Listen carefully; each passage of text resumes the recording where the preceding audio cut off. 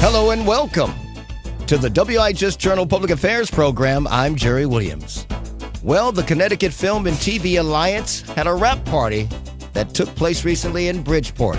I was there, boots on the ground, talking to various people, and that's when I caught up with the president of this organization, Don Quijada. I asked Don, what's the alliance all about? And he said, access to information, access to opportunities, and access to a group of people who actually want to see people in this industry win. Were you born and raised in Connecticut? Yes, sir. I was born and raised in Connecticut. I was born in New London, raised all over the New Haven County, and I'm still currently in Connecticut. So are you yourself an actor? No, I'm not an actor. I own a production service company and a casting agency based in Connecticut. We help a lot of actors and a lot of people who work in crew, different positions, and we help them find work. Thank you for sharing. Enjoy the rest of your evening. All right. Thank you so much. Appreciate it. All right, out and about with Jerry Williams, still at the Connecticut Film and TV Alliance wrap party at UB, University of Bridgeport. I mean, there's filmmakers, actors, voice actors, makeup artists, animators, music composers, producers, PAs,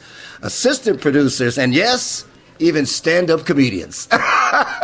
This is why you brought me here. Whitney Allen of East Lyme. And the reason why I brought Whitney on, folks, is because Whitney and I, we crossed paths doing various open mics. And so when I came here, I was like, there you are again, you know. And she's in the performing arts. Talk about your journey, where it all began when you first realized that you wanted to do what you do. Well, it all started with a breakup. How old were you? I was like 28 or 29. Like, I was in a 6-year relationship. Wait a minute, first of all, park right there. You don't even look like you're 28 or 29. You're older than that? Yeah, oh yeah. Okay, I thought you were like... You want to take a guess? Yeah, I thought she was like, early 20s or mid-20s. No, you got to look closely at my pupils. Okay. You can see how much student loans I still owe if you look closely into my eyes. That's what I tell people. All right, so as you were saying... I will first say, back in high school, I always watched some of the stand-up comedians, especially on Comedy Central. George Carlin was one of my favorites, just because of how real it felt. And in the back of my mind, I'm like, oh, I wish I can do this. Same thing with Whose Line Is It Anyways? Right. It's like, man, if I had the resources, I would definitely do it. I got myself into an improv class over at CT Comedy Theater. Okay. Back in 2019. And I went through a year of taking classes, 101, 201, pretty much as close to the top. And then the pandemic happened. Then I had to pivot because you can only do so many Zoom improv sessions with people before you start going insane. Right. I wound up pivoting over to sketch writing. I took some classes in sketch writing. I also took some classes in TV pilot writing. In the midst of all the projects I actually have a couple rough drafts of some pilots that one day may see the light of day. And then once the pandemic shifted to being back to reality, I got myself into stand-up because of a TikTok person who I happened to come across their profile. Her name is Laura High. I remember seeing her stuff, interacted with her profile, and she reaches out and is like, hey, if you ever want to be in the city because you're not too far away from the city, let me know. I can take you around. And I did that, wound up going to 2 open mics in the city. That experience, I pretty much said, that wasn't as bad as I thought. I might do this again. And here we are. So you have acting aspirations as well? Yeah, I think that's why I tell people I like to perform. I don't necessarily want to isolate myself in a particular art form because they all are relative to each other. Stand-up can be relative to improv. It's also very, very relevant to acting, too.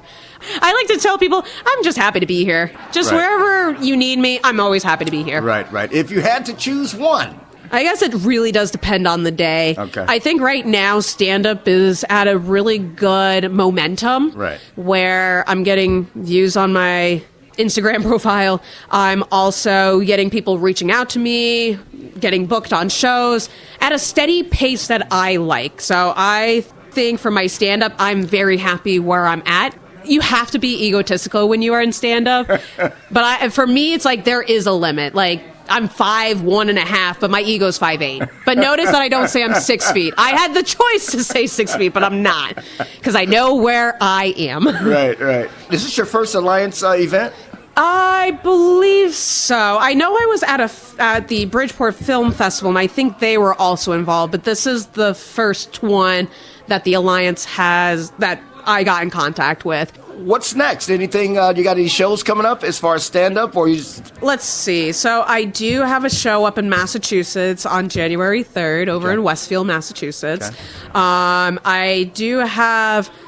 Actually, interestingly enough, in February, I will be back over to CT Comedy Theater. They typically do improv, but from time to time, they will do stand-up shows. Right. So I will be back there February 15th, and then someone else reached out to me about another show later in that month. Are you familiar with Hartford's Got Talent? You know, I have heard of, as I'm looking over to the side of the room, are you three involved in that? The middle guy. Middle guy.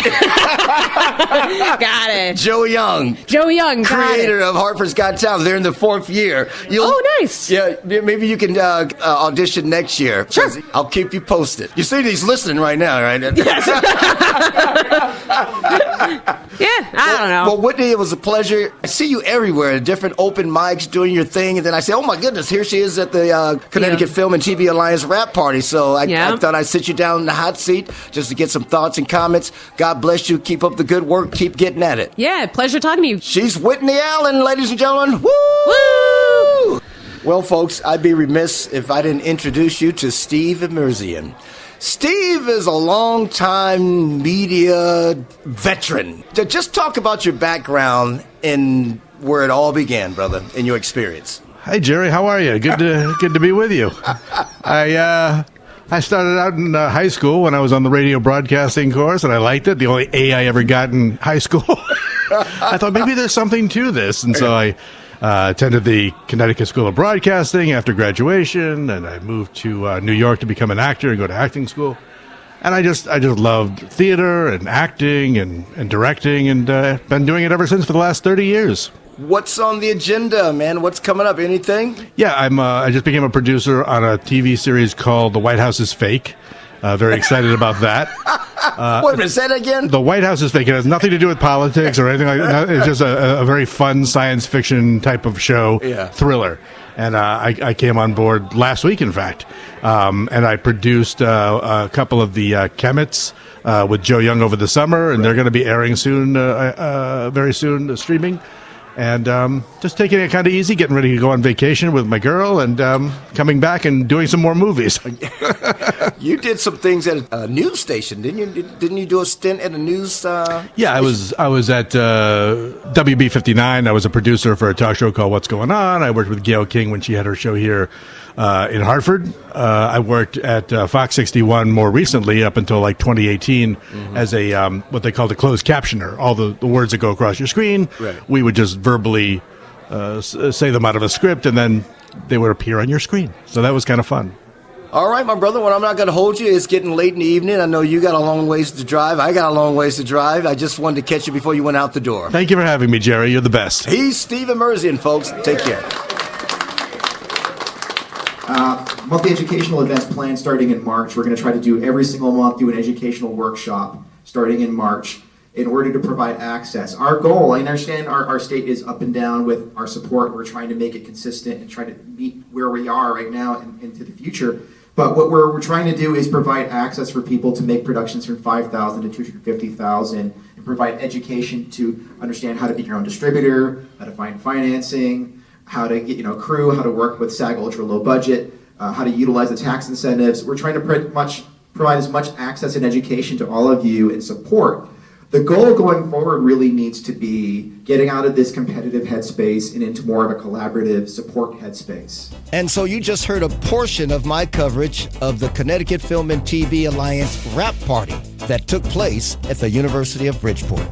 The voices you heard was President Don Quijada, comedian and performing artist Whitney Allen, actor, producer, director Steve Emerzian, and the last voice you just heard was one of the board of directors for the Connecticut Film and TV Alliance, Alessandro Andriuli. If you would like more information about what you heard today, call WIHS 860-346-1049, 860-346-1049. I'm Jerry Williams for the WIHS Journal. It's news and public affairs.